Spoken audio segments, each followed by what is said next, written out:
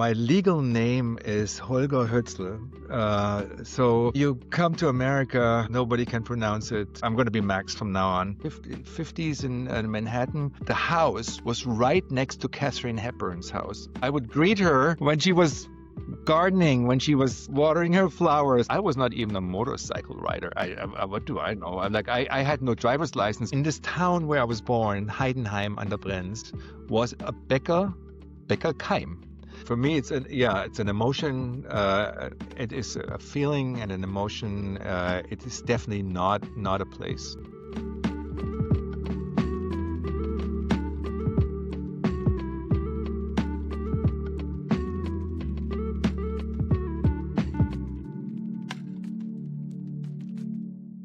Max, thanks so much. I appreciate a lot the time that you take for this. Sure.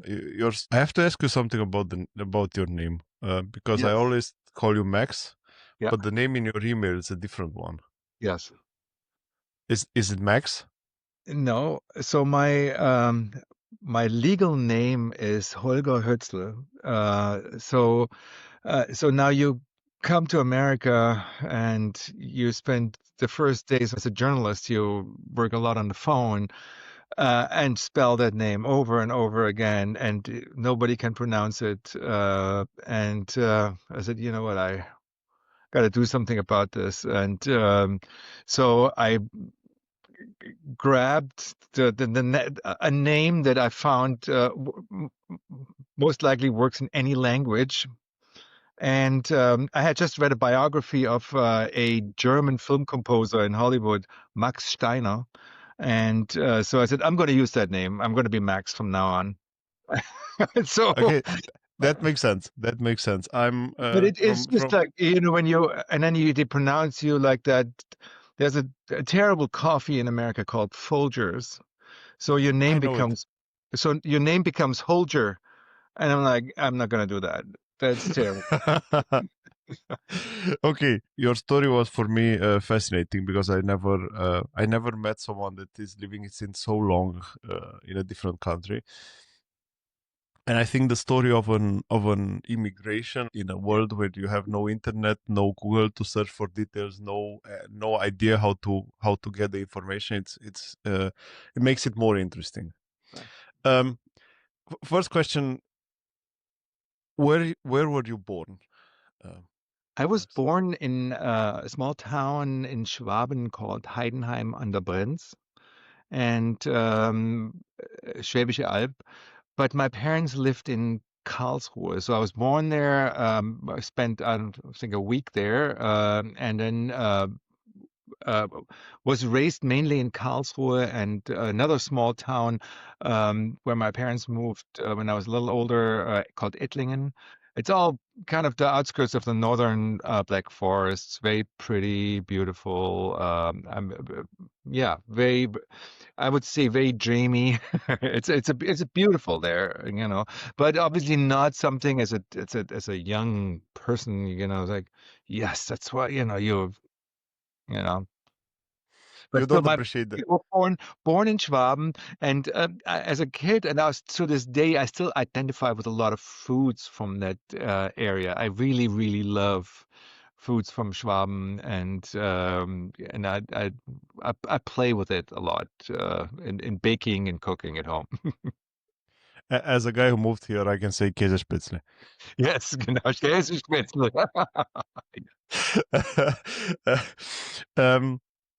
What did spark your interest to live abroad, Max, back then? So in my teens, I also was a musician. My whole life, I played guitar. I was very much interested in blues, and then got interested in bluegrass music and fell in love with the banjo of all instruments. You're talking about the mid-70s, where there is no real teachers, there's no books, there's no YouTube where you can learn anything. And I started teaching myself this American instrument just from listening to records and writing down all the notes, and then subscribed to a magazine, Bluegrass Unlimited. Bluegrass is that kind of music. Is the music I loved, and so now I had to read everything in English, and kind of like I very much identified with this music, and at the same time I was a reader of American mysteries. So I loved the 40s Raymond Chandler, then later Dashiell Hammett, everything that played in the noir films, and also the noir literature was very much close to what I was really I was interested in that. That was kind of larger than life. It was very exotic, but also the epitome of cool, you know. Okay, so it was that age smoking. Let's call it like this. It made everything cool. Exactly. Exactly. And, Exactly. okay, So, and so there was this interest in, and I have to say that to me, that is still, I'm very much in love with the 20th century, and the music and everything that came out of America in the 20th century culturally, to me is eternally fascinating. I read biographies. That's kind of at this point, most of the last 10 years, musicians' biographies, and I'm talking about from classical composers that came from Germany or Austria in the 30s, and settled in California, to blues musicians, jazz musicians. The history. I'm really trying to put all the pieces together musically. How did this whole landscape of music evolve? And really interesting little side note. So one of the people I read a lot about was his name is Arnold Schoenberg, who is the inventor of 12-tone music. Changed the history of music, came from Austria to from Vienna to LA, and actually his grandson, sorry, Randy Schoenberg, was the one who was instrumental of me meeting my now wife, and he ended up marrying us. So that's an interesting story. a little footnote, footnote, but there was always this real interest in, okay, jazz, blues, literature, American literature. I went to University of Tübingen, also to Freiburg and Hamburg. I graduated from Hamburg, and I Americanistic or American literature was my major, and my thesis, my master's thesis was about the private eye in films of the 70s. So what happened to the mythical figure of what happened to Philip Marlowe once we enter the 70s in a post-Vietnam, post-Watergate world, so I was really fascinated with films and and literature. Everything American seemed so exotic and larger than life.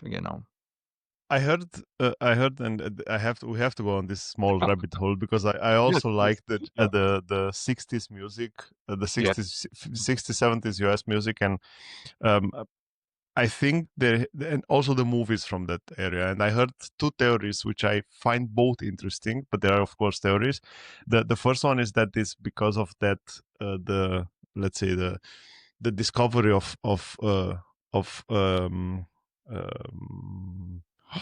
I want to say drugs, but it sounds bad. But of funny substances, that was the yes, first theory because they expand the creativity, and that's right, what everyone is saying that the at least the mushrooms that they discovered back then they expand the creativity. And the second one, which is a theory which I heard recently, was the fact that they didn't have data to know what people like, because everyone is saying now Spotify has all our data, Netflix has all our data, they know exactly what music we prefer, they recommend always the same. We are not pushed to areas that we don't know, and back then they right, were just creating music out of pure creativity. They didn't want right. to aim to an algorithm, they want to aim to a public.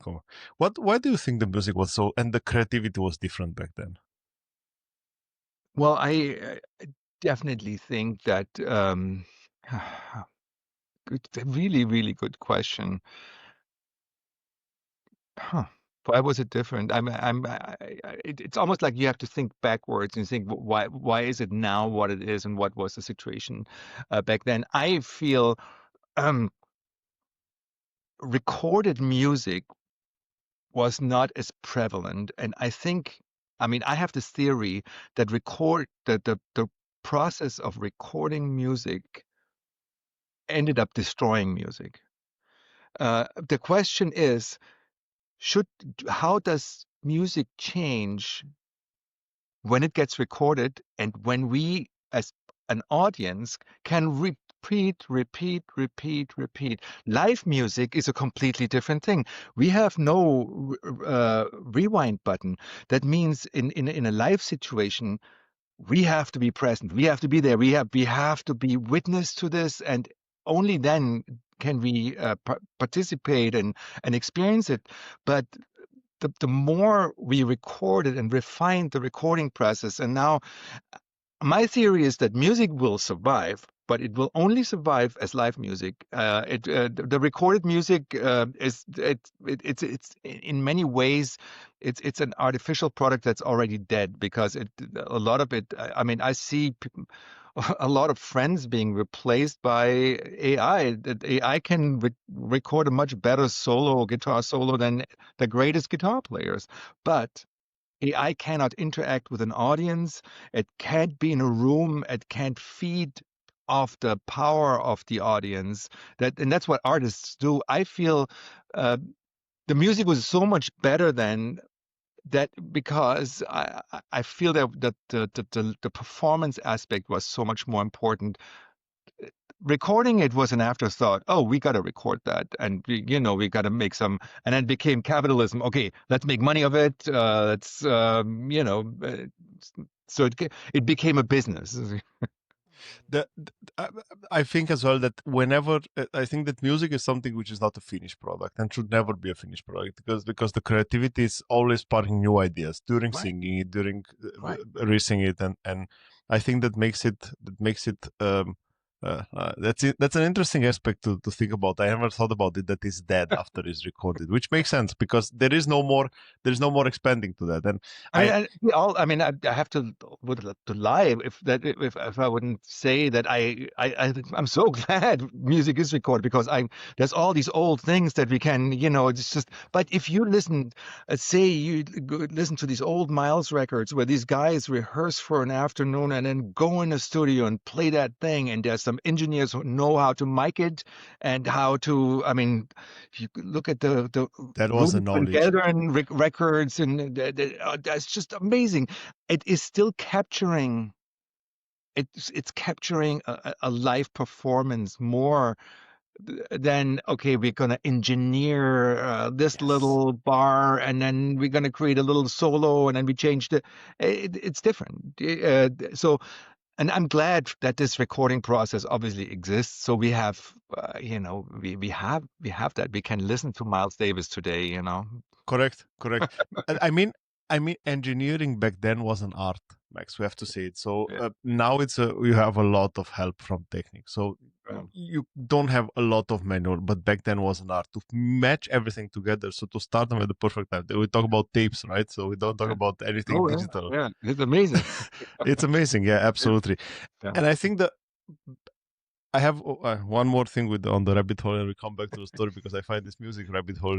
I'm also a huge music fan, and that's why I like this rabbit hole. Yeah, yeah, I think the focus that we have today on chorus only is destroying a bit the creativity, because everyone is singing, everyone is pushing to create this 30 seconds, 60 seconds, or maybe 20 seconds chorus that is repeatable, that everyone can sing, and nobody's focusing on the actual music. And I yeah. think back then the focus not was not that much on the lyrics, was the focus on the music. I mean, both. Yeah, both. It depends where you in what kind of genre you're in. If you're in jazz, obviously it's more like an exploration, Correct. harmonic, melodic exploration. How do you develop themes? It's almost very close. In many ways, jazz is classical music, but you compose in the moment. You compose, and everybody composes that plays on that stage. then you have the storytellers, the music of storytellers, where you have where the lyrics are very important, where it's almost like poet. It's like a poem. It's like literature to music. So I would, But the both, difference makes it that was the whole lyrics was important. right. Today only Yeah, the chorus is important. That's right. why I think it's The hook. destroying It's like, can you create a hook that gets under people's exactly. skin and like, oh, I remember that. I heard that before. I want to, play. Let's play Yeah, that again. yeah, yeah. So, Good. And it's really interesting rabbit hole. I'm sorry for dropping yeah, in, but it's definitely a rabbit hole. I could talk about music. I mean, and I was also so lucky after coming to America. Have met so many of my heroes, and I was able to play with some of them. So I was been really lucky that the music has been, even though I was never a professional musician, I never made money. I mean, a couple of times, but it wasn't really my profession. I always was surrounded by really, really amazing musicians. So once in a while, I could also do something real fun, and so it's really. Yeah, and now I'm married to an unbelievable soprano, who's really one of the great voices in my book. that's amazing. That's really amazing. Um, Max, to come back to the story, because Yeah. Yeah. that's Let's also go. Yeah, yeah. You to lead. come. You lead me because if I It's will hard. go, I will go anywhere. I'm Yeah, so curious about everything, Max. yeah, So it's hard. yeah. So to come back to the story, you said so we talk about um if I remember correctly the 80s, right? Right. When you end up when you finish university. How do you did you already try to get to US, or were you looking for opportunities, So or was I just an was option looking. that you So had? I was looking for an opportunity, but it wasn't really clear how I could get there. And so after I had finished my studies at Hamburg University, I applied for it's almost like a trainee program for at the Springer Verlag. I was living in Hamburg and I had some friends and said, well, why don't you apply there if you want to learn to be a journalist? They have an amazing program where for every 3 months you go somewhere else. You have to work at Die Welt for 3 months. You have to work at Bildzeitung for 3 months. You have to work at a at a local. Springer at the time owned all these local papers and on radio and all kinds of stuff.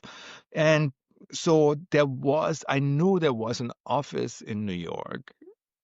Springer Auslandsdienst, it was called. So basically, that was an office that would supply all the foreign news stories. Back then, no internet like we know it. So there was still journalists kind of collecting stuff, getting stories that are interesting for German readers. And so I was lucky enough. I also kind of maybe had the right, sometimes, not sometimes. I think in life, most of it is right place, right time. I was awake when other people slept, and said, "Hey, I want to do this," and so they sent me to New York, and that was 1989. The wall was still up. And so Springer sent me, it was in May, so I think on Mother's Day, 1989, I flew to America or landed, and they had rented a little apartment. It was in the 50s in Manhattan, and the house was right next to Katharine Hepburn's house. And so I would greet her when she was gardening, when she was watering her flowers, and she was always friendly and hi. No more than that. But it was just really, at that moment, I was kind of like, oh my God, I arrived in this city. I mean, New York is just, there's no words for it. It's an amazing place. Uh, and I could not believe that. But that was my, that I was there. But that was my entry into kind of but at that point it was clear that was only 3 months, Hmm. that I was supposed to go back. I, I had obviously already gotten rid of my apartment in Hamburg, put all my stuff in my parents' house in the south, and this had decided I will not go back. I will find a way. And you know, I actually didn't have to find a way because the bureau chief in New York, very well-known German journalist by the name of Walter Unger, uh, who had worked at Stern, was one of the great Stern reporters, like really old school, like a fantastic fantastic journalist. He was the boss there, and he really liked my writing. He liked what I did, and he said, "You know what? I want that guy. Let's give him a contract." And so he kind of made it happen, and I didn't have to go and say, "Hey, can I find an American girl?" You know, I really want to stay. So I could do it the legal way. So I had a journalist's visa, and in many ways that gave me a chance to really fly because if you're a journalist, the amazing thing about that job back then, at least, was you have access to anybody's life. You know, everybody. If you you know you get to get the story, you talk to people, and you know you can learn about anybody. And to me, that was just amazing. I've done crazy stories. You know, Die Welt gave me a chance to do some really obscure stuff on the weekends for the weekend editions where I did a story about the shoeshine man in front of the Brooklyn courthouse who for 40 years, that's what his job was. He was a shoeshine man. And I love to write stories about real common people and their, you know, their lives and what they did. You know, I got very early on. So I came to New York and then had this idea, and I proposed it back then to it was Auto Build, I think. I said, you know what? I should get a Harley Davidson and drive Route 66 from Chicago to LA. And they said, well, why don't you do it? Okay, you know we want that story. So I did that, and I ended up doing it 4 times because I wrote a book about it in that was published at Ullstein and was printed 4 or 5 editions called Straße der Sehnsucht, Route 66. Well, it was a big seller in Germany in I think 91 or so, 92. And so I again, I got to meet all these people on Route 66. The guy I mean, I met a barber in Arizona who was there already when during the Dust Bowl in the 30s. So you know, and it's all so the eye of a German who comes to America. It's all for me. It was so exotic. The neon lights, the diners, the stainless steel buildings, the sound, and I think we talked about it before. The sound of the telephone that sounded exactly like in the Rockford Files. You know, that TV show. I To me it was just like magic. It was just unbelievable. They actually supported all your dreams. Let's Yeah. put it this way. So, and you get to write about them. So, okay, a dream come true. I mean, the funny story is that I was not even a motorcycle rider. What do I know? I had no driver's license, so I went to the Bronx, took 2 lessons on a little Kawasaki, got my license, flew to Milwaukee to the factory where Harley was built, and picked the Harley up. I mean, it drove it out of their warehouse and drove on Route 6, you know, tried to find my way on Route 66. It was just crazy, but it was but back then, I felt back then journalism was also no still something where people were really interested in a longer story that you were able to. I think the attention span was different, and people were just. I feel there were still magazines. You know, there was a time where Mm. magazines was some everybody magazines were everywhere. There was no internet. You know. and subscriptions to magazine, and you were waiting for your monthly magazine to see Exactly. which is the new top 100 in music, or I Yeah, don't know, all anything, kind of stuff. Yeah, anything. you Yeah.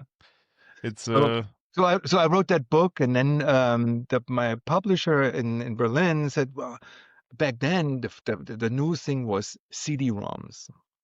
How about we take all your pictures, all everything from the book, and we put it all on a CD-ROM, and it's like an adventure where people can navigate. And then we put you in front of a green screen, and you drive your Harley through your own pictures. So we did that, and the CD-ROM Route 66 won a prize in Cannes for the best travel whatever approach to. So Do you still have it? yeah, I have nothing that This I can is play it on because there's no system anymore that supports that. I just to see it, I can offer you to digital it. Yeah, So yeah. But it was, remember these early CD-ROM games where people spent like days and days going, these mystery games. I forgot what the name of it was, but it was kind of like, how can we do a travel thing on a CD-ROM? And real fun.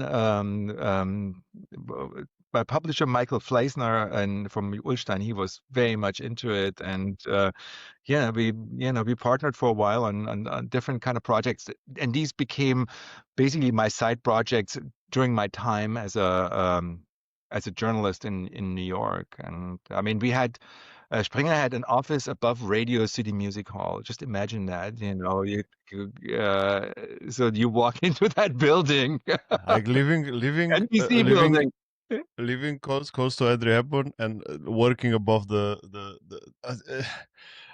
like dream comes true. Dream come true. You have your jacket because you work in jeans and t-shirt, but in New York, everything, if you want to go out at night or to a really nice bar, then you always need a jacket. And so you go up to the Rainbow Room and have a cocktail, and you look at the lights of Manhattan from the top floor. It was just, uh, it was really a dream come true. And I really, really loved writing in New York. I really enjoyed it, and I really enjoyed working with this bureau chief, Walter Unger. He was really an amazing mentor for me. uh, usually I have a question which I always ask, but in your case you actually answered this question because I always ask expectation versus reality. But I think for you it topped the reality topped the expectations, Yeah, right? yeah, 3D, 4D. It was just like wow.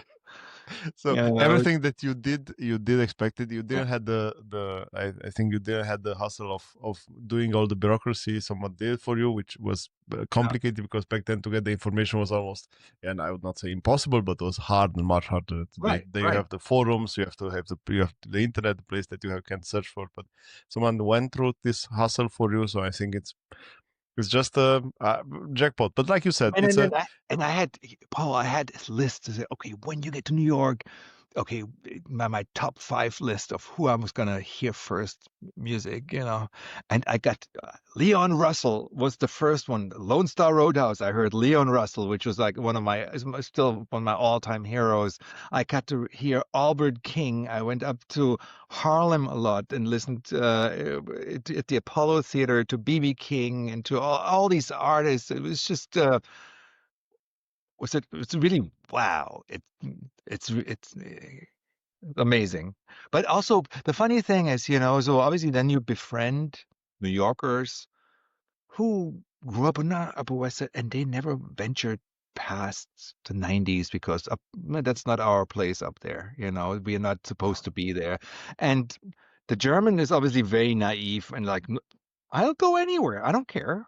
I want to, and I had some of the most amazing experience that way. And I took New York friends who hadn't seen part of New York because they were too worried about being there. And it's like, that's where we're going to go. Let's go to La Famille and have soul foods and listen to some music there and let's have fun.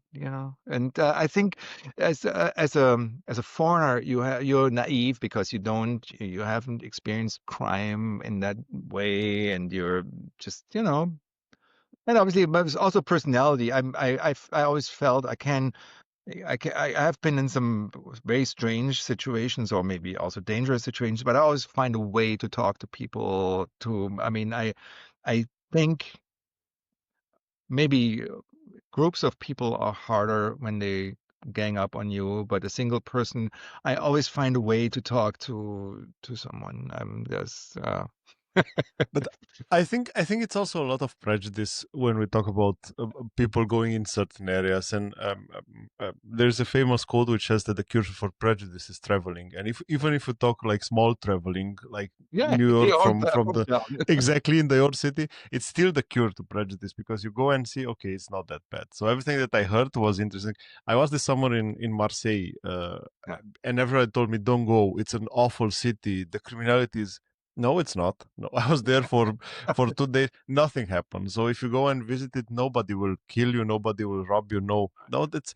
I think it's a lot of prejudice involved, and I think this is this when you go there and check it out. I think that's the solution. That's how you can fix it. right, And right, besides that, Max, I think living in New York, it's always the thought I'm always there. So it's not special. But right, for us coming from outside and seeing everything in movies, right, everything is special. right. Everything that you see there is something that you want to touch. Yeah. Everything is not new, but is new. Like it's not new because you know it, but is new because you get to experience. Like you said, in 4D. Yeah, and then food is amazing. So you discover all these places like Sabars and back then Dean DeLuca. They have, and then all these. There was on Sullivan Street was a guy who cooked mozzarella every day, and like it was just so amazing. And I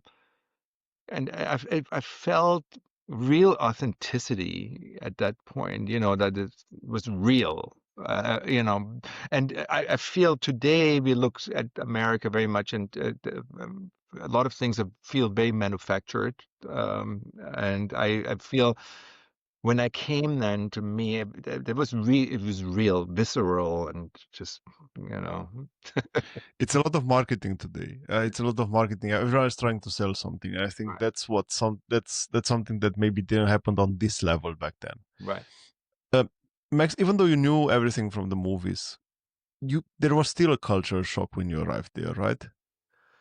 Yeah, I mean, I think I think for a European, it's very complicated to realize how men and women interact in America. They're socialized very different than we are, you know. You can't be really friends with women I when I lived in Hamburg, I mean, I had a lot of women that I had no romantic relationship with, but they're friends. In America, that's impossible. You don't do that.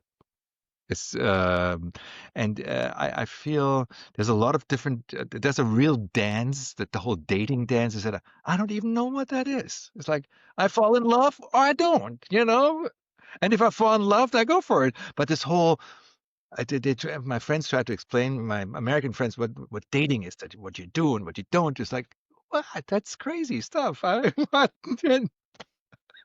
So that was kind of I felt that was kind of a culture shock to me, like how men and women interact in here in this country was kind of like that was strange. It was like, It's interesting. No, this makes it so funny for me because coming the let's say the feeling discussion from a guy from Germany and discussing with Americans and say no, there are rules. No, there are no rules, and usually the discussion is going the other right, way yeah, around. Like, exactly. Yeah. No, um, at least in my time in Germany, when I still lived in Germany, I felt, I mean, women and men had a lot of ways to casually meet with two friends, and then you kind of got a feeling this is something maybe, but there wasn't really this dance of how relationships have to evolve. but Max, I have to say that this Right. friendship that I see between man and woman is mostly in Germany. So I don't know it. As also from my culture, I can tell you it's not happening on the same level. Really? So you have it, but I so here is normal. Like it doesn't matter if you're married or not. You go out with your Yep. friends, and in your friends group, it's also there are also 2, 3 women that have no sentimental relationship with any of the guys, and I don't know it from Romania like this. I Yeah, have to be honest. yeah, yeah. But It could be. coming to America, that was definitely for me like, oh, okay, you gotta. And then I didn't end up with I'm obviously now I'm married to an American woman, but that American woman lived for 18 years in Berlin before she came back to the US. So she has a very European mindset and is very open about yeah. So you mentioned food at the beginning, Yes. and you mentioned food a few times during the discussion. So you arrived, and of course, I think you had something on your bucket list. You read about something in the newspaper. What was the first thing that you wanted to try in New York? In terms of food, Yeah, I mean, real American hot dogs. And if you want to eat a hot dog, I think New York is the best place because there is no bad hot dog. Because my feeling is the rents are so high. If you have a shitty hot dog, then you're going to be out of business within a day. You know, so yeah, everything in New York has to be somehow good because the stakes are so high. You can't survive on some kind of lackluster. Whatever you do in New York, you have to do it really well to make it, to survive it, correct, you know. So, correct. Yeah. and so that was definitely, I mean, we don't have this hamburger culture. That was, we had this McDonald's and stuff like that at that time in Germany already, but that was, I'm talking about like real American hamburgers. Hmm. Uh, uh, you know, when I came, there was something that and I don't even know, we don't have that. It's called a prime rib. Every time I would go and leave New York and go into the Midwest or so, I love to order these, obviously America is very obsessed with beef, it's very much, yeah, There's a culture there, and I think also the yeah, steak houses in the yeah, yeah. South Midwest South, Yeah. Also New amazing York, I mean, that's experience. amazing, amazing. As uh, God, what's the name again? Forgot the name. It's going to come back. Steakhouse in New York, where in the Brooklyn edition of it, they had sawdust on the floor. You know, re expensive restaurant, sawdust on the floor. It was fantastic. So, yeah, I wanted to experience that, and then I very closely after I had written that book on Route 66, I started research on a book about diners, drive-ins, and motels. So and so again, imagine. So this is before internet, so you can't really research. There was something called LexisNexis, it was kind of like an archive that you could log into for a fortune and get newspaper articles if you put the right Okay. search words in. It was originally conceived as a legal database, but it also had journalism in it, and I had access to it. But and it was too expensive to do real research anyway. But so I was trying to find all these old diners and drive-ins, and in most of that is around the New England states and Mid-Atlantic states. So I spent, I mean, as a German, you have, working for a German company, you've got 6 weeks of vacation. So, what do?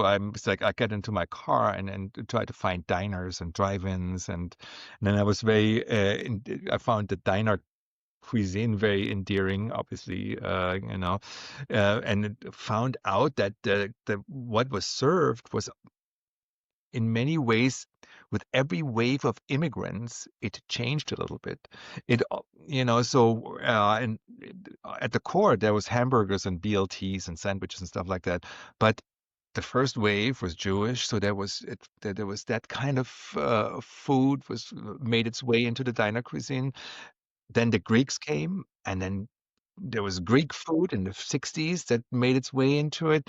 And but it always became it was kind of that point on Main Street where all immigrants met and people from all walks of life. I called it the democratic restaurant of the New World because the attorney was sitting next to the blue collar worker, and they had their Mhm. morning breakfast there, hash browns and eggs and bacon, and so I it's maybe a fantasy that I'm hanging on to because I love that whole idea of like we are all the same,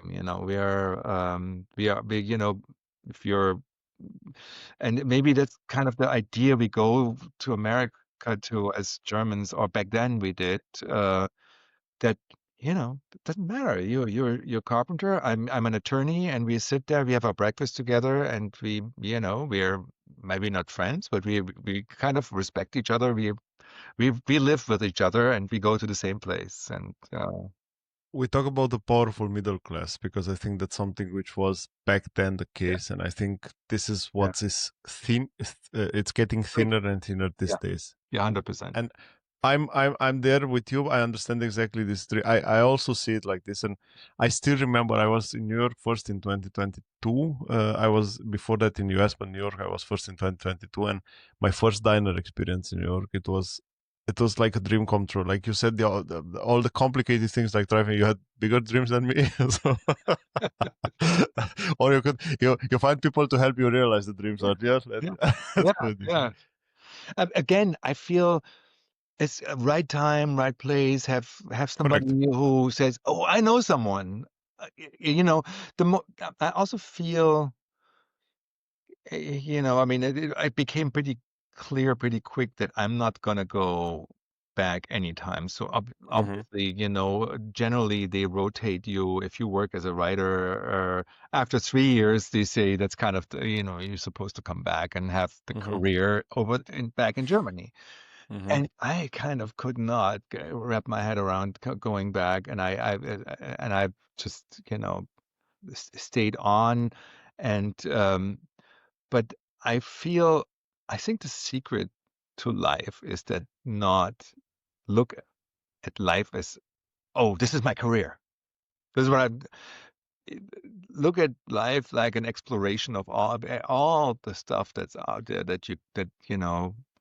staying open is, I think, the key. Kind of just like, I mean, if there's a path over there that looks interesting, I'll walk down that path and see what's over there. To this day, I'll do that any day. I'm still as curious as I was 40 years ago. But that what happens then? Then you meet someone, and that person says, "Oh, I know this guy."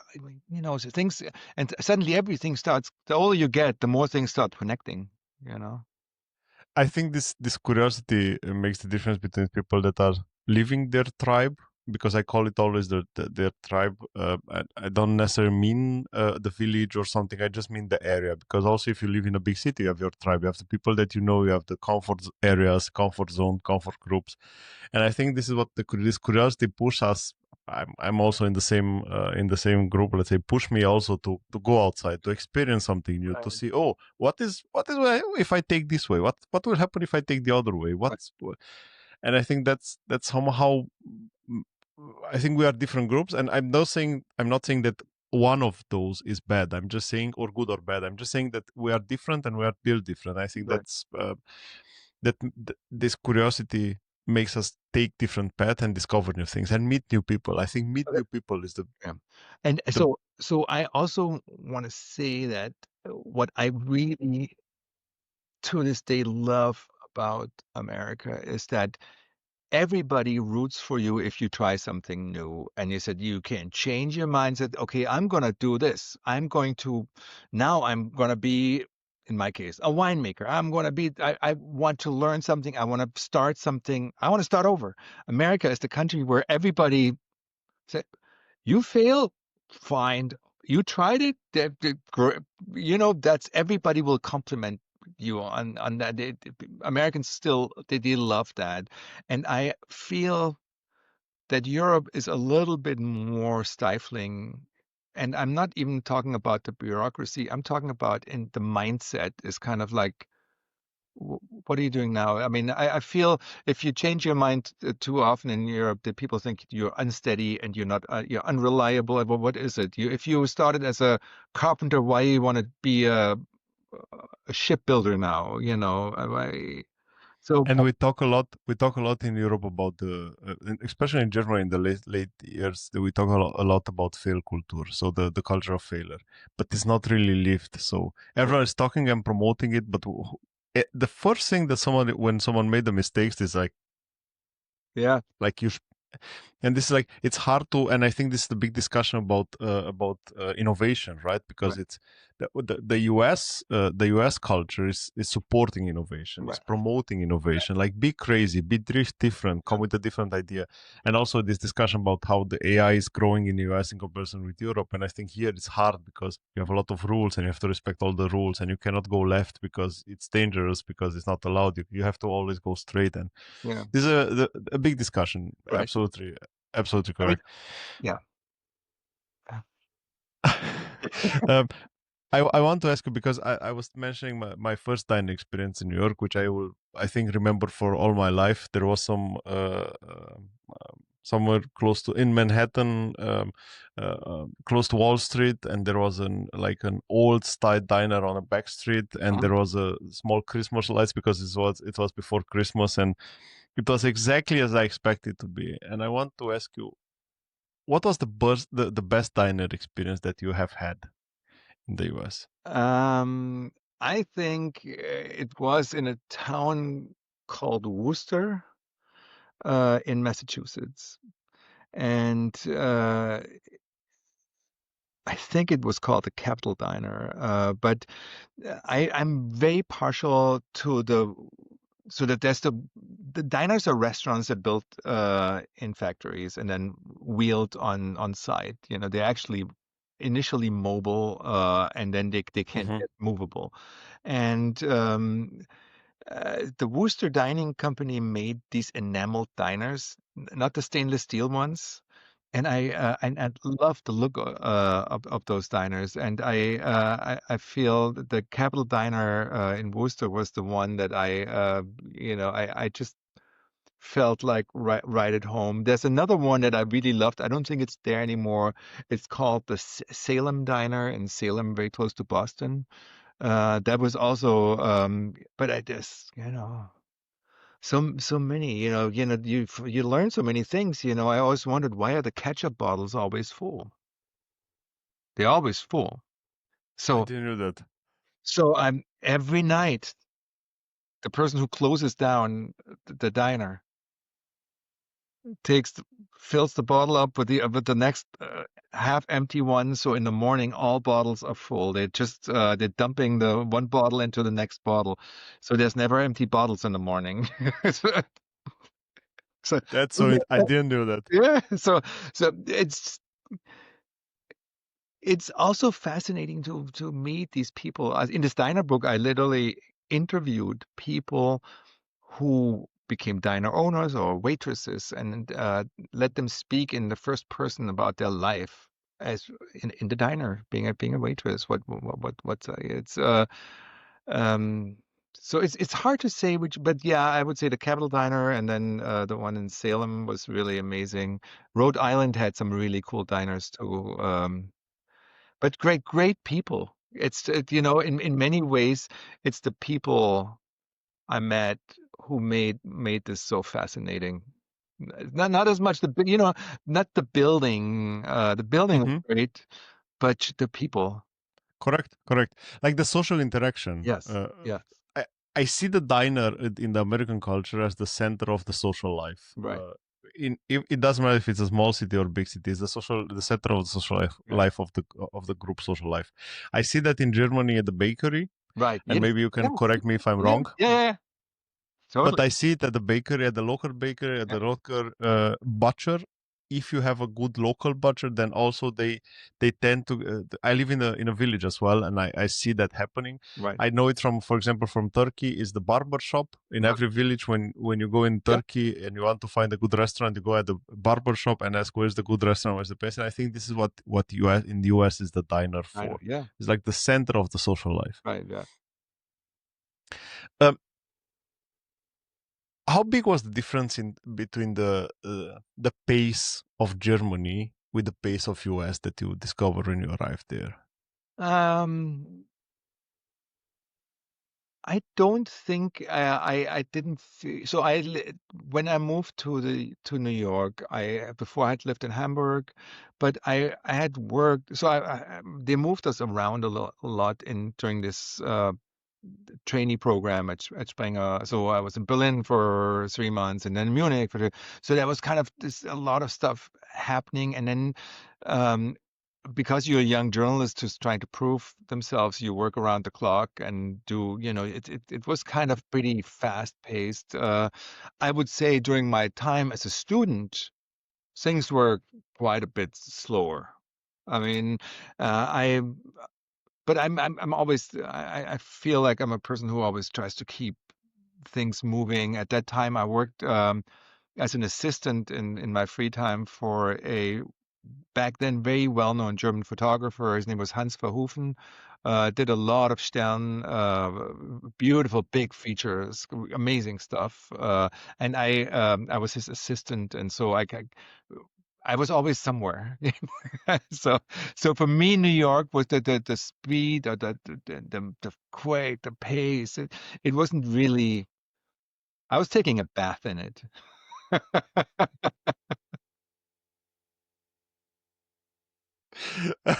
I I I love That's says a lot. it. That says a lot. Um, kind of, I did prepare a storyline before Yeah, before yeah, yeah. this Please, discussion, man. and you kind of kill all my questions, Oh, but I'm that so makes a lot sorry. of fun for me. No, no, no, it makes a lot of fun because I have to come with Yeah, different topics, and yeah, yeah, I yeah. find it Please. interesting. But um, one of the things that I want to ask you is that what did America promise you, and what did America gave you? Uh, I mean, it's so hard to say. What did America promise? It promised me access to the music and I could have it for real. I could be there. I could listen to it. I could be, so all of that. And America somehow, but I didn't know back then if it was really a promise that I could do all these things, and everybody would say, "Cool." You know, Mm-hmm. I it evolved like that, and it became clear. Um, um, I mean, America has given me, and I know we're going through some pretty rough times here, and in the world and in America, and I still feel America has given me this amazing opportunity to do a lot of different things and learn so many different things that I feel I would not have. For 10 years of my life, after my journalist career, I was married to a fashion designer, Danish fashion designer, and I said, what are we going to do? And she had started this. We had 3 kids, and she had stopped working. And for 10 years, I ran a children's apparel company.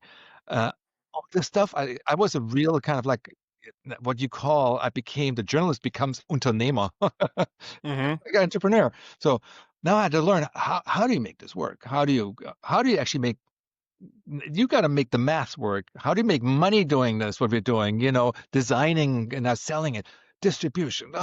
So did I like all of it? Not really. I some of it I really just in hindsight I don't even know why I did it that long, but I learned so many things. And in I feel in Germany, if you start something, you have to have your Lehre and this, and everybody has to be a state certified expert.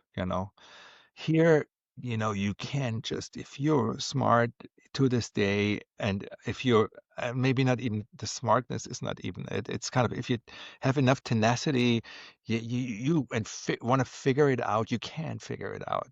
It I, sounds like it sounds. Will you succeed necessarily? Maybe not, but you have a chance to do it, uh, and I feel I still feel this promise that this country holds in its best ideas is amazing. Again, even though I'm beginning of the year, I was so depressed about the whole situation, political situation here. I said, you know what? You have to find a deep rabbit hole to climb into. And I had a coffee roasting machine built in Norway, and now I'm spending, I mean, a lot of time figuring out how to become a coffee roaster. I have a coach that I'm sending samples to. I'm, just so, y- you know, but again, that's also America again. You can't. Yep. but It's more mindset. It's a mindset that I can learn all of this. I can't be that.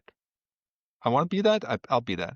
66. I think that I think that America is a country where audacity is kind of encouraged. So I think it's a bit exaggerated the statement, but I think I- everyone that has the audacity to try anything is and it has they have a good benefit out of it. And Right, right. I recently reread a book that I love. And it's a small book, but it helps always when you are facing with let's say with challenges, and it's called Who Moved My Cheese. I don't know if you know the book.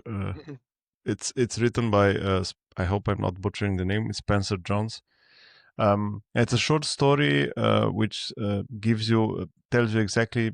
Uh, I see it. I keep seeing it from the American perspective. Like it tells you the story of how to deal with change, how to deal with things not going your way, Right, and try to be the first mover out of it. And I think this is the American mentality. Like right, I want to try to make the best of it. I don't know how the political situation is, but I want to try to make the best of it. right, Let's see what I can deal with. And right, I think this is something which is not possible in Europe, as mentioned right, before. And I think this is something which is 100% US typical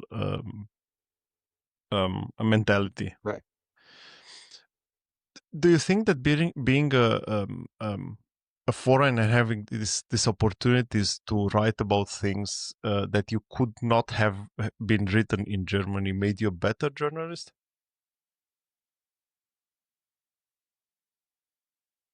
I don't know. That's. Yeah. I mean, it gave me. I mean, I feel that my work here as a journalist, because I was so in love with the people, with everything, with the music, um, that enthusiasm opened so many doors for me to write, and I feel that Americans are overall very forthcoming telling their stories. They, like we in Germany especially, we value our privacy. Das geht mich jetzt nichts an und das geht dich auch nichts an. Ne? So in America, everybody tells you their I life can. story if you want to I, hear it or not. I'm sorry. I have to say something. There's never is not nothing harder than to get a guy from Germany to do this podcast with me. And you are the first one that was so open, and I think that the American experience helped Yeah, you. yeah. No, I mean, like Americans really love talking about their stories and the stuff what they do in their family, and like so. I'm not saying it made it easy because you also kind of then have to dig a little deeper, and to get the good story. But eh, did it make me a good journalist? I don't know. I mean, I hope I was truthful, and I did right by my subjects and by the stories. But the whole thing ended for me because I could not. I don't know if you did a little bit of research on me, but and I don't even know when this was. It was the beginning of the 2000s. There was a Swiss journalist by the name of Tom Kummer, And he wrote all these amazing stories. At that point, I had already lived in Los Angeles, and I ran the LA office for Berta Media, and he wrote all these stories about hanging out with Tom Cruise and going hunting with Bruce Willis and Courtney Love and he had the most amazing access, the best stories, amazingly written. I mean, the stuff was so good. It was literature. Yeah. And I was just like, what, why? I'm here. I think I'm pretty good at what I'm doing. It's like, why does this guy have all these? And then at one point, I read a interview he did with Courtney Love, and I'm reading Courtney Love quoted, and I said, I just read that quote in an Andy Warhol book. That's not, that's not, that's not Courtney Love talking. So I took all the interviews that had published in Süddeutsche Zeitung magazine, um, translated them back into English, sent it to all the press agents of those stars, and and found out that all of this is fake. No way. So, but really, the story gets actually really interesting. So back then, those guys get fired. The guys who ran Süddeutsche Zeitung magazine. There was a big scandal. I published that story in Focus magazine. It was a big expose, and it really rattled people in Germany. But at least that's how I look at it today. Everybody was mad at me for destroying For showing it, or why? the idea that this is not, because people want to believe, because it was really good what he wrote. And now he even justified it and said, oh yeah, this is borderline journalism. He called it borderline journalism. He invented this new category. And he still is out there doing that. And he came back. They let him write again. All the editors who got fired they work at major magazine. It's forgiven, like a little. But for me, I just didn't want to do this anymore at that time. I'm like, I'm just, I'm done with this profession at least, and I have honestly not written since then. I mean, I just felt I don't want to do it anymore. Uh, but it's also a tough one because obviously the internet and all the spread of online gossip news, but if you're in Hollywood, that's what you do. It's not real. What I had experienced as journalism, in New York and in the 90s. So, it ended, and I'm kind of, today I look back at the time that that I really loved, and I'm really grateful for what I learned in terms of skills, because as a journalist, you very easily sift through information and say, "Okay, that's bullshit, that's good, that's good." This person, okay, so I can find great resources to give me any subject I can find, and it helps me with the businesses I've started, and I always find some real smart people that I can hire that can teach me something. So At the end, that's the most important, right? I tell you, the secret to everything is to not be the smartest person in the room. You always you want to surround yourself with people that are better and faster and smarter than you. If you have the feeling you're the smartest person in the room, you have to switch rooms because Yeah, you're in the wrong room. absolutely. Yeah. I have the same. But this story is crazy. I haven't so I did research, yes, but I haven't found this. Yeah, I have just to be honest. look up Tom and Kummer, Kummer.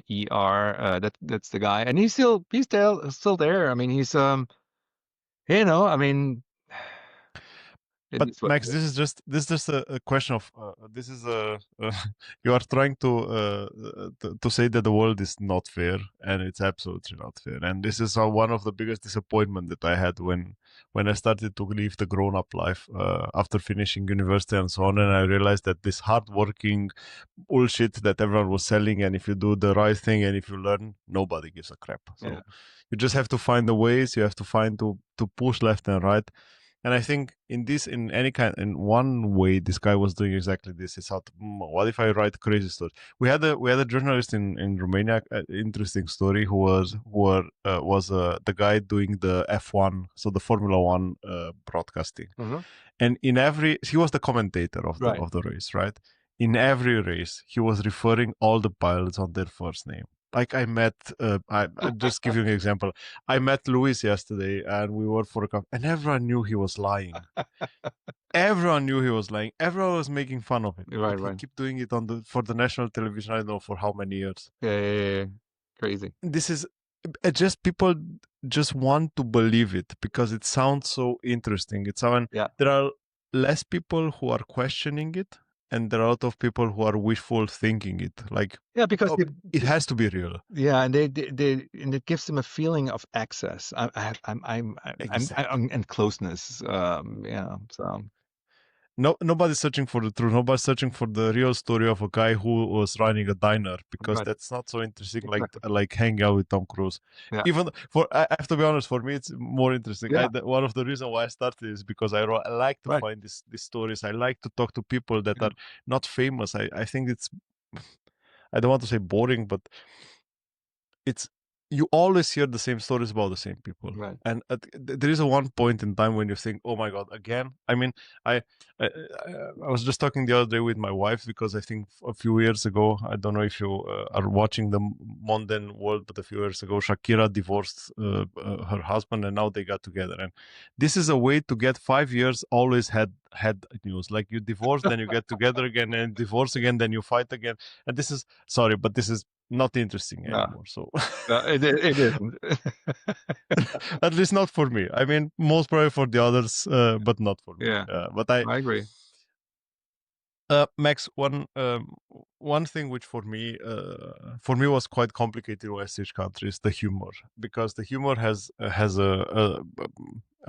let's say it's a language thing. You have to understand the backgrounds of the language. And I have to say the story. I don't know if you know the book, the Kangaroo Chronicle, the German book. It's an extremely funny book, and that was the first real humor that I experienced in Germany.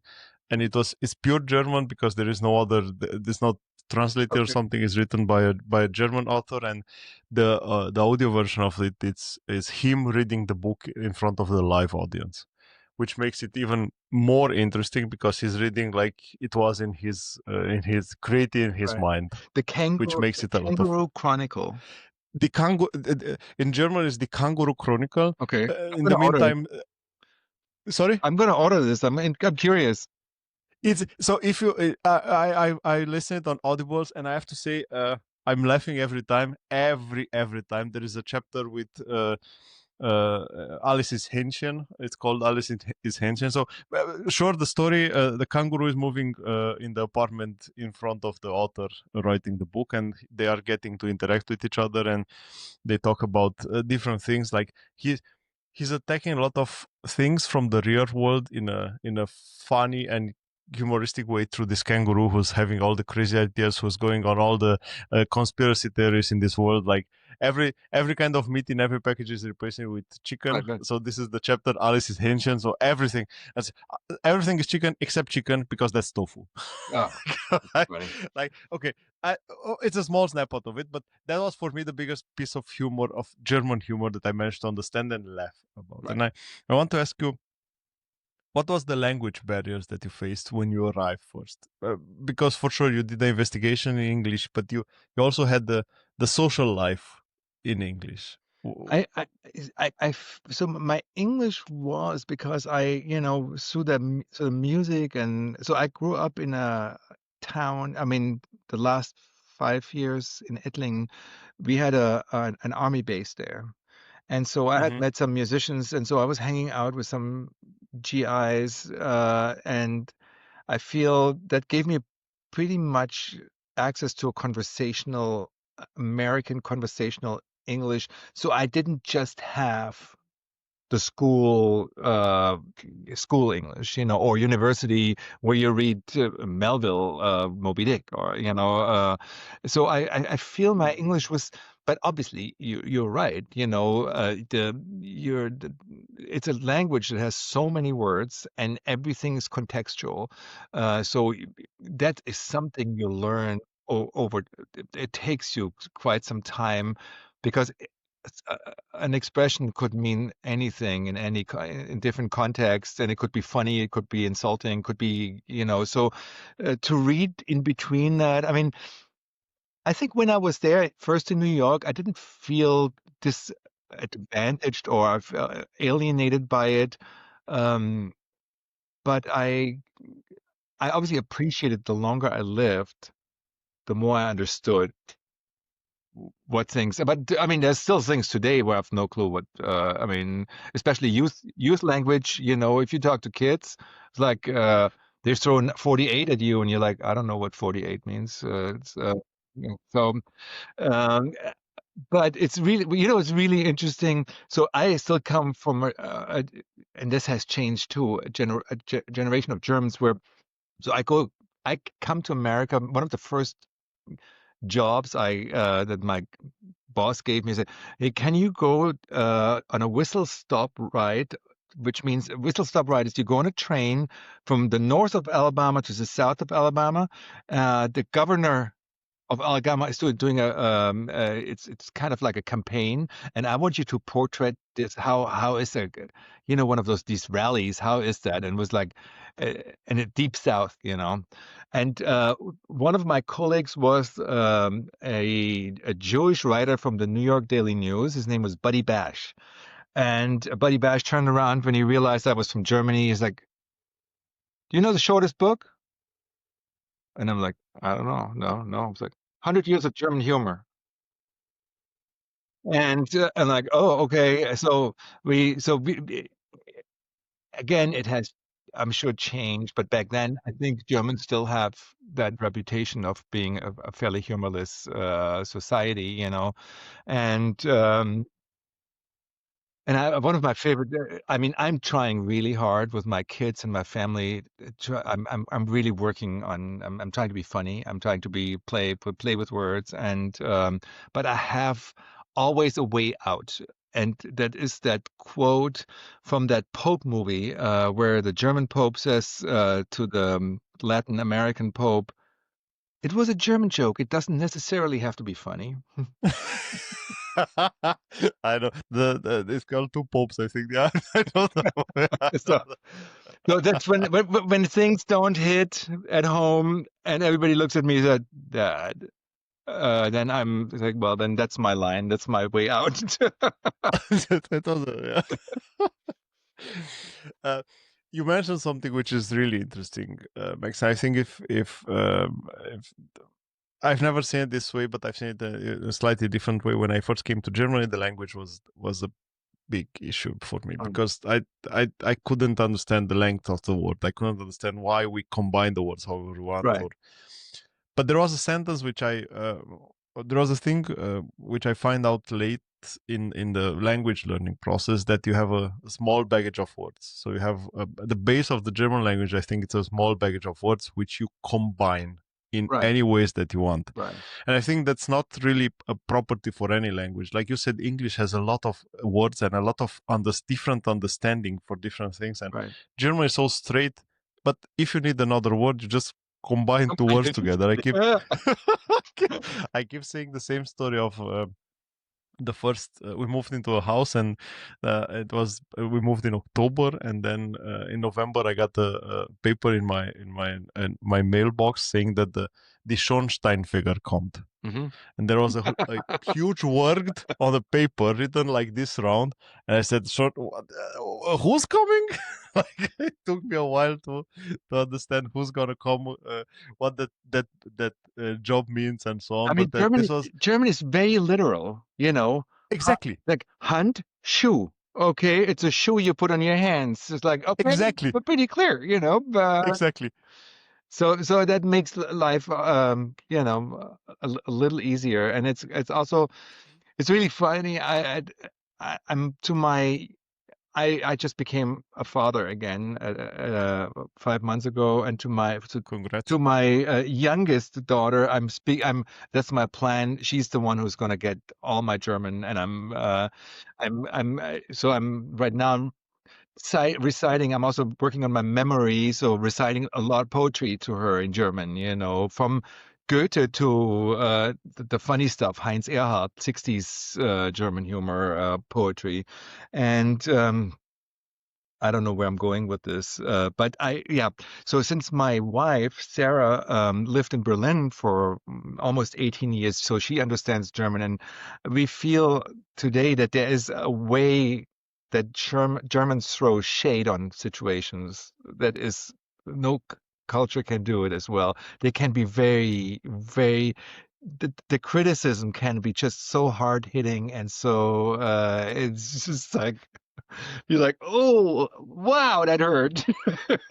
Without saying the bad words, without saying the bad Exactly. word, just this, because I have this discussion coming from Eastern Europe. You have a lot of bad words, Yeah, a lot of bad words. We are literally literal there, and right. and I keep realizing that in Germany there is no.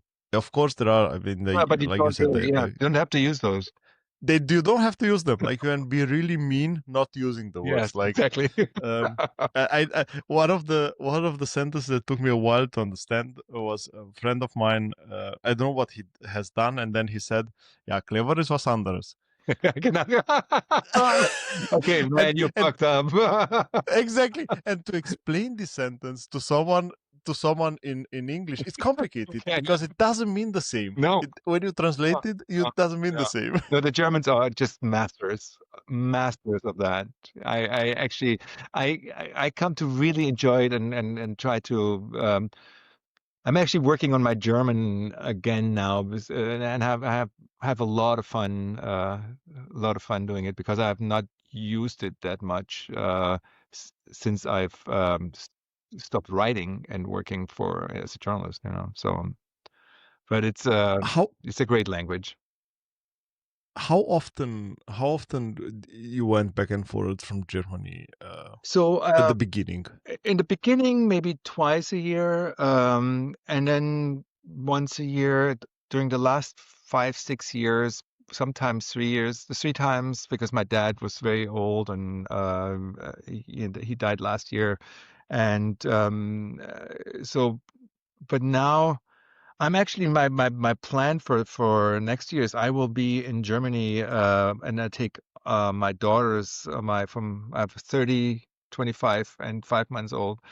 So I'm taking them to, and if my son wants to come, but he's always traveling on his own. So, but my girls want to go and see Bodensee in Berlin, so I'll do that. How did your relationship with Germany change in all these years, Max? I I feel in the beginning, you kind of are suddenly you think, oh my God, America is so much better. Everything is better here. So you kind of like, oh, Germany, like, and the longer you live in America, the more you do appreciate the great parts that German culture has. The more you appreciate the language. I mean, it's so, sometimes I feel we have to step away from the day politics and the misery of all of that. And that's miserable in Germany, and that's miserable in France, and that's miserable in America. And we have to look past that and see what a long history we have of good things too. Like, I mean, we have great literature, we have great music, we've there's so many, we've got amazing food, great cakes. So there's so many things. I mean, I do really appreciate the first thing I do when I go to Germany. I go to the German Bäckerei. To me is kind of like, okay, at 5 o'clock or whenever they open, I get my first brezel, and then at 4 or 3 o'clock, I find a nice Konditorei, and then I have coffee and Kuchen. It is, and I just love that. I know some people consider this spießig but to me it's just amazing. I love it. The culture of the butterbrezel, Yeah, oh Max, my was something which God, was, it's the best. oh my God. So this is, I live in Germany since 10 years. Man, butterbrezel is the biggest Yeah, finding of my life. yeah, So I never thought that two simple things mixed together can the best. give that feeling. Yeah, and what do they do in America? They put mustard on their pretzel, and I said, guys, this is disgusting. I mean, the problem is that the pretzels here are terrible. So I mean, even the ones, and we have a local baker that makes actually very good bread and good croissants and everything.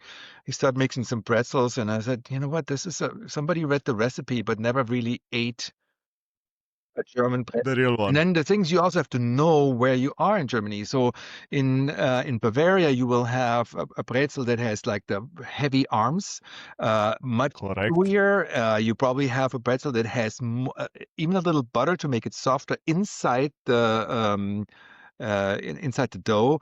Then in Baden-Württemberg or in Baden, then you have the thin arms, so you get the crisp, The crunchy. the crunchy and the soft. You get a good cut, so it opens clear, whereas a Bavarian pretzel kind of cracks open. So there's a whole world of pretzels to discover in Germany, and every region is really proud of the way they do it, as they should be. I mean, There is no right or wrong way. Unfortunately, there's obviously a lot of bakeries that don't even bake anymore because it's all deep frozen from some other countries and it gets just put into ovens. But if you know where to go, every town has great artisan bakers and amazing breads and pretzels. So I do. I still have I still have my small bakery Yeah. in Good. my village, and they are local. I love Amazing. them, and I will go there now I mean, because I and want if to you eat the ask me pretzel what after all. what I miss most of especially in German foods, I would say Spargelzeit. You can't buy white asparagus in America. I mean, sometimes they send something over from Peru, but it's just inedible. And we don't have either the climate or the discipline, I don't know, and the soil to grow white asparagus. To me, it's just a delicacy. And there was a short time when I had an office in Santa Monica. There was a German restaurant called Röckenwagner in Santa Monica, and he was from Baden, and during Spargelzeit, flew daily. He flew Spargel in to serve it From from Germany. Germany. And that Wow. was unbelievable. And you just need some brown butter, and that's it. And it's just so I still those are things but then that's just it's also nice to miss something. Absolutely, It, absolutely. A few years ago, I was in North Carolina yeah. because due to work, doing a business trip there, and I there was the German community somewhere there, and the guy from the warehouse told us, "No, I will take you to have the pretzel if you miss the pretzel, Yeah. and the real German one." Of course, the poor guy never had the German pretzel, so of course somebody told him that that's the real German guy. I ate him. I didn't want to disappoint him, to tell him, man, it's No, it's okay. I mean, I actually started making them myself, and I had to find lye because nobody uses lye in food context here. That's why there is no Laugenbrezel in America because most bakers are terrified to deal with, you know, even like a 4% solution of lye. But so you have to make it yourself, and learn, which is Absolutely. yeah. So I made We you can't buy. It's really interesting. So social media, the Germans found out that there is no quark. You can't buy quark in America. It really, it's not available. Nobody has it. And so I've started making that myself so I can make a good German Käsekuchen. Maybe now as a side story, the way in which I discovered you, and I saw that I want to know your story, was when I saw the Instagram video of you making Bienenstock. Bienenstich. Um, Bienenstich, sorry. And that's something what fascinated me. The I saw a happiness in a guy that managed to bake something, and I still remember that phrase that you said. I'm trying to bake a feeling, Yeah. A memory. uh, uh, a memory. A Exactly. memory. Sorry, Yeah. I'm trying to bake a memory, and this is something which is it's hard to explain, but like you said, it's nice to miss something because when you miss, it makes you create Yeah. things like and make you it I think it increases your creativity because you want to get the thing that you are missing Right. and you try to not only the food but also the memory that you had back then. Can I tell you my memory? Please, I I wanted to ask you that. I told you to take all my questions. so my so my my grandmother in this town where I was born, Heidenheim an der Brenz, had a little pension. We call it in German like a bed and breakfast, and just right next to it was a Bäcker Keim. And there was a window, and there was a windowsill. And whenever I could, I was sitting in the windowsill, and the windows were open. I would watch him bake. And he had a Bienenstich there that I absolutely loved. And once in a while, my grandmother gave me 50 pennies back then, and I could buy a Bienenstich. But watching that baker, that's the memory I was trying to bake, sitting in this windowsill, looking at him with his machines and working. He was really working hard, to make all these different baked goods. And the smells that came out of that bakery is just yeah, that was the memory I was kind of trying to bake. It's it was an amazing video, and that's why when I started telling that story, I said I need to talk to you. That was the moment in which I said I need to talk to you. That sounds like an amazing story. And I'm still. I mean, with most of the cakes I do. I mean, obviously a lot of my stuff is based on Swabian or German cakes. I mean, because we have that amazing culture. I mean, I do a little bit of French stuff too, but I'm mostly. I mean, the last thing I surprised my girls with was what or I don't know which. Are you in the middle of Germany or in the south? I'm in the south. I'm really close to Schwarzwald. I'm really close. Oh yeah, yeah, super. So you know what a Yeah, Teufelskuchen is?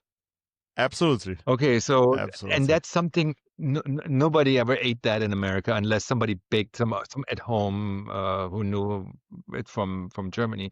But so I actually literally flew Johannisbeeren, red currants in from bought it at a little farm and they froze them down in Washington because they don't grow here, and in a lot of states they're illegal because they spread diseases. And so Johannisbeeren are very not easy to find. Very, very. So, but I baked the Teufelskuchen, and that mix of sour and sweet and crunchy on top is just one of those very, very specific. To me, it's very Schwäbisch. It's like I love. So for whomever is visiting Germany, I Yeah, have to say this, and I have to it's a support what must. Max is saying. Go to in a bakery and try to get a kuchen. Yeah, Doesn't matter which yeah. kuchen. It doesn't matter which No, it's kuchen. important. It's an experience. Yes. It's an experience 100%. And especially in the summer, you have the fruit oriented kuchen. Yeah. Like try any. They are Yeah. extremely tasteful. Raspberry. Oh, It doesn't matter. It doesn't so matter. good. It Erdbeerkuchen. and rhabarber, rhabarber. Rhabarber is amazing The- because it's also so much high in acid. Really fun. Yeah. Really exactly, good. exactly. Yeah. Yeah. Um, Max, the switch from journalism to winemaking, Mhm. um, was it triggered by the story that you mentioned, or was it triggered by some kind of a burnout? Yeah, I kind of burnout, and I didn't. Uh, you know, I think my main feeling was I didn't want to write about things anymore that other people do. I didn't want to be on the outside of things and then just tell a story about it. I wanted to be in the inside of it. I want to do it. I don't want to write about it. And I had done a story in the 90s, was it late 90s? One of my last stories, I think, was, if I remember correctly, but it was Robert Mondavi had written a biography, and I got to visit him in Napa Valley, and I spent like 3 or 4 days up there, and I was always very much into wine, and so in the back of my head was like, that's something you would really like to learn, figure it out. How do you make wine? And so I 2013 I kind of had like some personal changes, divorce and all that stuff, and said, okay, now my kids are out of the house more or less. I can maybe go and explore this. And so I went to Santa Ynez Valley, which is about 2 hours from Los Angeles, Santa Barbara County. Very unique growing region in California, because it has literally the climate all the way on the coast is like Burgundy, so you can grow high quality Pinot and Chardonnay. Then if you come a little bit land in, we have all the Rhone varietals. A little land, if you go further into Happy Canyon, you can grow Bordeaux. So you have all of these different microclimates in one county. It's a really interesting. It has very cool night temperatures here because along the coast of California, we have the only mountain range that has a east-west direction. It doesn't block off the ocean. Hmm. Cool air, so we always get cool air coming at night from the ocean coming in. So even if it gets hot during the day, so it's a very unique growing region. So I came up here and basically became an apprentice at in a winery, and I said, okay, you know what, I'll do anything. Just show me how it works. And 2 years into it, I started making my own wines in that winery with their equipment and all that. Opened the tasting room, like a Probierstube, and started selling wine. And that lasted pretty much into 2020 COVID, where we were open and closed and open and closed. And I became really, really disillusioned with the retail part of wine. I just didn't. I mean, I still loved it, but the making is so fun. Growing grapes is so fun, but the selling it was really not. And I did most of my business was direct to consumer business. So because it was a boutique, very small, I didn't have like a big distribution. And so end of 2020, a very, very close friend of mine. So we all went through this first COVID year, and everybody's like, "What are we going to do with our lives? So, but what is there anything left? I mean, especially at my age." Um, and so my friend Scott said, "Man, we've been looking for a project for 10 or 15 years. We've known each other for 25. Uh, Something at one point we wanted to build a new restaurant or a theater. Like we always had ideas, but so I found out I was living right next to a winery that was owned by Gallo. Gallo is the biggest wine producer in the world, and I know it was lying there. They weren't really happy. It was very small in their portfolio, and always closed because of COVID. It looked pretty run down. And so I said, you know what? If we ask them, they might actually be willing to part with it and sell it. And so my friend Scott ended up buying this property, and he lives in LA. I live here, and I've spent the last 4 years completely rebuilding it and changing the farming of the grapes here from like conventional chemical farming into organic regenerative farming with sheep in the vineyard and completely new practices. And but what happened then was also unforeseen. I did a dry January 3 years ago, and the dry January became try February, March, and then I tried to drink again, and I just didn't like it anymore. And I was like, now what you're gonna do? You know, you live on a vineyard, you have all these grapes, you spend all your energy doing, and you don't like wine anymore. So, and that's kind of that's the birth the birth that's where Glass Rose, my newest project, was born. Where I was like, okay, what can we do with our grapes? I was very disenchanted with. I don't like the alcoholized wine because the process generally robs the wine of all the information that makes wine really interesting. But it's I know that the Germans have developed technologies that are better than what we have in America, but I still haven't tasted a de-alcoholized wine that I really like. And so my idea was like, okay, why not? I pick these grapes much earlier, let's say 2 months before harvest. I pick my grapes, they're not even ripe yet. And presto, so I have like very, in Germany, you would call it maybe 50 Öxle. Here it's my 12, 13 bricks. Very low sugar content. I found a way to stabilize that because if you have no alcohol, it's not stable. So yeast wants you so bacteria will ruin it. So I found a way to cross filter it through membranes, and I used what it's in the French call it verjus, or green juice. And I use that as a base for a sparkling drink where I layer elderflower tea, yuzu, all Yeah. kinds of different interesting components into the drink, and then add a little bit of CO2. And so it's a sparkling drink, and that's kind of my newest baby. I did develop that together with my wife Sarah, who was never a big drinker, but and that's how you found us on social media Hmm. because my oldest daughter started this Glass Rose Farms. I don't know anything.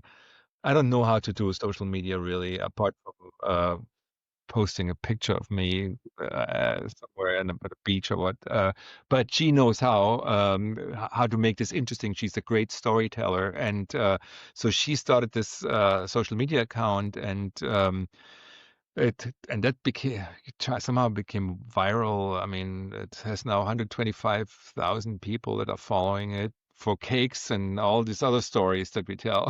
So, but Glassrose is kind of so our goal with this is so how can we make interesting, fascinating beverages, drinks that are based on organically grown grapes that are not fermented, you know. So that's kind of where there's some companies in Copenhagen and Australia that are doing similar things, not as much with grapes, but with teas that they use. So, but we have already talked to some Germans actually, and next year are investigating how we can do the whole thing in Germany with German grapes. Nice, nice. So So it's expanding, it's evolving. it's definitely evolving, and it's so fascinating. You know, when you work in the wine industry, there is a lot of rules. So you learn all the rules, and then you break the rules. But it's all everything. It's like it's traditions that are hundreds and hundreds of years old, which is beautiful, but it's also constraining. So what I'm doing, I'm just inventing this. This is a blank canvas. Yep. Say, okay, I'm going to use a green grape juice. So now what am I going to do now? Now I'm going to, so you can paint, Creativity again, and so the creativity. great thing is that the response has been obviously this could have been a complete failure because only I like it, but we were really lucky. In 2 months, we sold half of our production without having a distribution in place. Literally just word of mouth and social media. People Social media. and people are being so excited, and sometimes.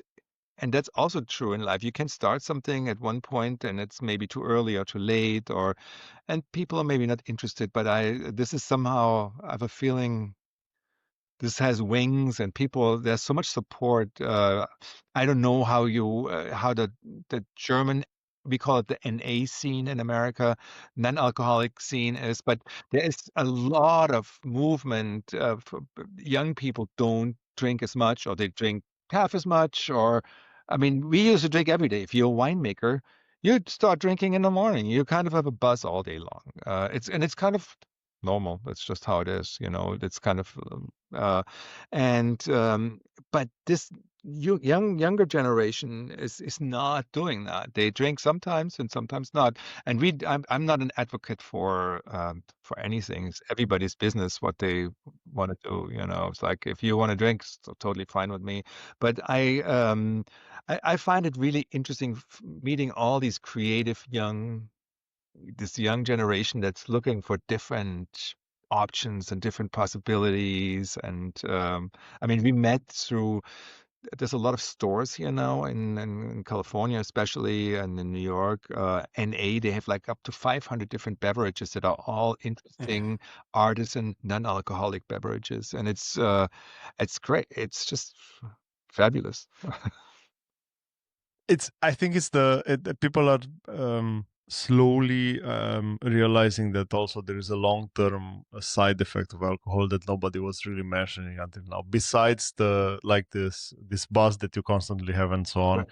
And I think this is why people are more aware of the fact Right. that maybe it's not the smartest thing to do. Yeah. The story hit home for me as well. I was never a big drinker, like you said, casual drinker and so Yeah. on. But I realized more and more that it's affecting the quality of my life. Right. And I saw a nice quote of Jimmy Carr one of the other weeks or months. I don't know if you know Jimmy Carr. He's a a Yeah. big stand-up comedian who said that you are drinking alcohol, you are borrowing happiness from tomorrow. Right. And it sounds Yeah. so interesting for me because it's kind of real. My favorite quote that I heard, it's not even that, how to say, poetic as the quote of yours is from John Mayer, who stopped drinking and said, you know what, at one point I had to realize, do I want to be 100% as an artist or 70? And it's also okay to be 70 and the rest of the time you goof off, and if that's what, but for myself, I want to be 100% of what I can do. And I Absolutely. think alcohol doesn't help you to do that. Absolutely. Okay. So before we wrap this up, and before we so for sure the teaser is there. I want to do the next session. I want to ask you the last questions for today, Max. If you would have the opportunity to choose again, and you would be again in your youth, finishing university, would you still be doing the same thing? Yeah, yes. I mean, maybe what I think I'm the directions would be, or the path would lead me different. I think my personality is kind of like to be so open to that I will follow a path and walk down and say what is there. So I feel it's part of my personality to just be yes, I would do the same thing. I would be I would come here, and I feel, and it's something maybe I would really uh, emphasize. I feel when I came to America, I feel actually liberated by the language that I was using, because I was not constrained by the norms of the German language that I grew up with. This is how you say things. This is how you say it. This is how you Mm-hmm. behave. Suddenly, I was speaking in a language that I knew pretty well, but I didn't grow up in the conventions of this language, and I feel completely liberated to say things that I would have been maybe embarrassed or to, yeah, I felt liberated, also emotionally, you know. That's a nice. I haven't thought about this, but this makes so much sense. Like this feeling of not having any constraint when speaking because you don't know what are the actual native rules because you Yeah, never use them. But that makes a lot of sense. Um, Max, is home a feeling or a place? Because you mentioned the memory that you are trying to bake, and I keep saying before you I give you the chance to answer. I keep saying one thing that for me, home is I think it's a feeling because the place that was used to, you are always searching for a place that doesn't exist anymore. You are searching for a memory that doesn't necessarily exist anymore, and try to reproduce it. That's why I'm always trying to ask this question: is it a feeling or a place? Yeah, for me, it's an emotion. It is a feeling and an emotion. It is definitely not a place. I don't have a place I want to go back to.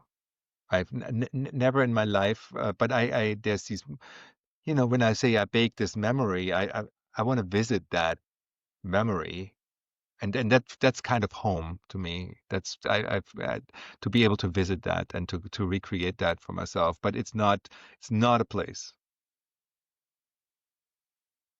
Max, thank you so much for the first session. Amazing. It was so much Well, pleasure. it's so It great, was such so a great meeting you here. So fantastic chatting with you. Really enjoy it. It's this, oh, thank you so much. I appreciate that a lot. Thanks for But having me. thank you for taking the time. It's such a pleasure to talk to you, and it's such a pleasure to know all these things, and to realize that someone has lived his dream life. Somehow the dream experiences that he planned. It's something which I think it's really good for people to know, that there is this option, and there is this option. If you want something, you just have to try it, because there are big chances that you realize it. Right. All righty. Yeah. Thank you so much, and looking forward for the next one.